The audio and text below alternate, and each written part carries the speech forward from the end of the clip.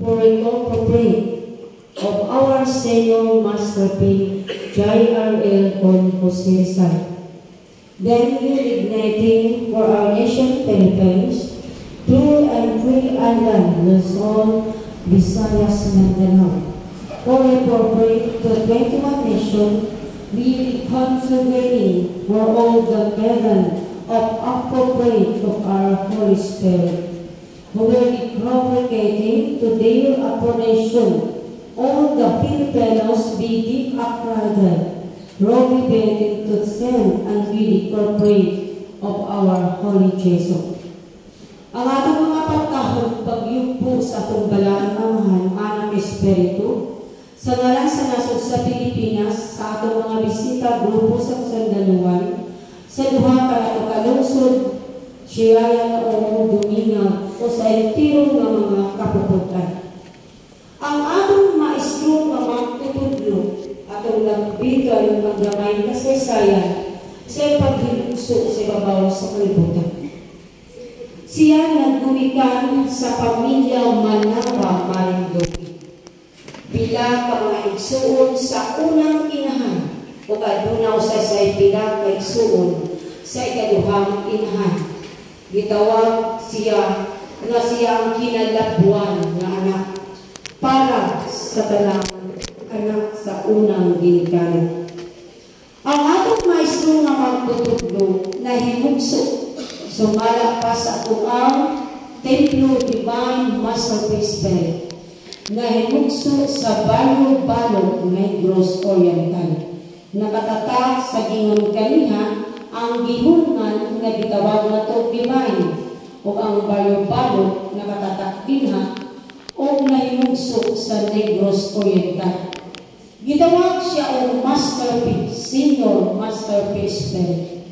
Naipawag ka na ko na ang nagrepresentar si anak kaniya ang pagkamagkagagahog, pagkamagtutudlo, na kaniya ang pagkaamahan, pagkasenyor, tunigyanan sa espiritu, ugnaan niya si Rizal, nga nahimugso sa Pilipinas, nga gitawag si Senyor Dr. Rizal Buhing Diyos. Ang letra nga P, kuhaan ang tugong letra nga D.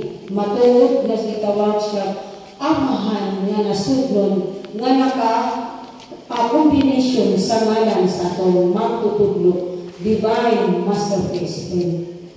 Sa gingon pa kaniya sa iyang istoryang sugilan, nalipay ako himugso sa kalibutan apan wala ako nalipay. Kung saan pagbubad ni anak, nalipay siya apan wala usab siya nalipay.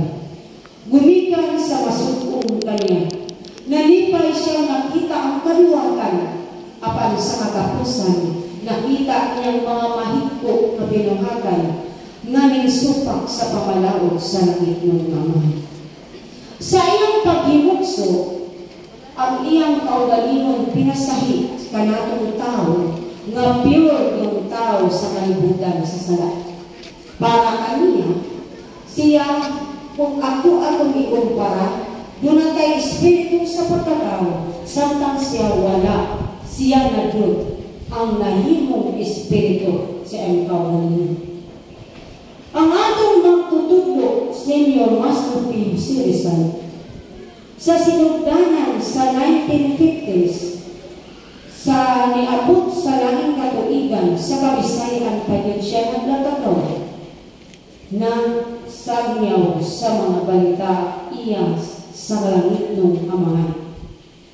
Miabot mitabok siya sa Mindanao hantod miabot ang 1980s hantod na sa mga katuigan pila ka mga misyonaryo iyang nakitaan na way atong apuhanan o ginikanan na nakakaplag ka sa kahayag. Daghang misyonaryo nga ato ang silbi na himong ginikanan na nahimong usa ka unang mga misyonaryo sa atong pagtulungan. Apon atong makita ang pit-an na misyonaryo karon, mikunay sa paglutos sa pagtulungan. Pila na lang ang nagpabiling sa atong ligdong nga pagtulungan. sa nasod sa Pilipinas o dinhi sa Mindanao, ang atong mga tutudlo padayon na nagsangyaw. Pagsangyaw kaniya, lumikan sa manyo sa kaitasan, nagpunto siya sa lugar na gitawag kong si Tuboy, sa wala pa siya, ming apot sa pitan ka mga lugar, ang si Tuboy mayang gipunduhan. Nagrehistro sa Lumina karon gitawag kong Tuboy. Mao ang iyang gipunduhan sa taas ng katuigan, nagsuroy siya sa palibot o kasyudaran kalungsuran, mulit yun siya sa lugar na si Tuboy nga nakalambikit ang Sinai o Ulyo. Kasamtanan ang atong teritorya, yun ay gitawag og Bagong Jerusalem, sama sa Bethlehem, nga gipahimugsuan sa batang Mesiya, kay wala ang nasayon ug wala na atong nahibawan na dito unang gipahimugso kaniya ang pagpagay sa balaan na espiritu sa Bagong Jerusalem nga dili paingana ang turma na inyong nasutong karon mga daan o mga kabaguan. Nakita at nadungog ka nato ang teritorial pastoran sa baka. Dunay upat ka mga bakiro nga nakalabigit dapit sa siyayan, nga nakalabigit dapit sa dumingan, o nakalabigit dapit sa katipunan. Ang 50 hektaryas na ginunit sa upat ka bakiro nahulog og 200 hektaryas nga nahimong pastoran sa mga baka sa kanhipang kasaysayan nga ato nahimong teritorial karon. Palambigit siya sa unang kasaysayan sa Israel, nga dito giilog ipaila ang Israel mo'y ipakatawhan sa batang Mesiya o dito nahimugso ang Bethlehem. Mga kabataan, sa atong pagkatalinto, gikan sa pamahintilan, karon ato nang makita nga ang teritorial sa magtutudlo, dili na kalasangan, dili na pastuhan sa baka, kundi mga tao na ang nagpuyok. Gibahin-bahin ang pastuhan sa baka, dunay mga balahimong barangay o sityo nga nakalambigit sa Sugilon. Dunay nahimong sityo nga nakalambigit sa Dulog, o adunay nahimong sityo nga nakalambigit sa Salvador, o adunay sityo nga nakalambigit sa Katipunan. Upat ka mga nagkanto o ang Sugilon nahimugso ang Bagong Sodoma nga gitawag og Sugilon, Dulog, Manilay. Kung sa kaha ang bagong kinabuhi sa mga tao na sunod sa Bagong Sodoma nga gikan nahimugso ang atong maestro nga magtutudlo nga sa kanhi pastoran sa mga baka. Mga kabataan, sumala pa, ang atong Old Testament kung New Testament, walay laing bandira lamang. Walay litra o pilaran ang nabutana, mao kana mao kadto kapag atong hibawan ang atong bandera sa nasod sa Pilipinas mo'y atong bandera. Kung kita'y paistoryahon sa walay paglalay-lanay, nahimutang o nahimugso o atong nailhan na ang atong relihiyon nga pagtulungan nga gitawag ko Bishop of the Philippine Divine Missionary Church, pagtulunan sa apostolada ug atong nagdiskubrihan nga gitawag sa pambansang reliyon. Walay laing nagagunit ug nagrepresentar sa bandira nga nahimong Biblia sa pagtulunan.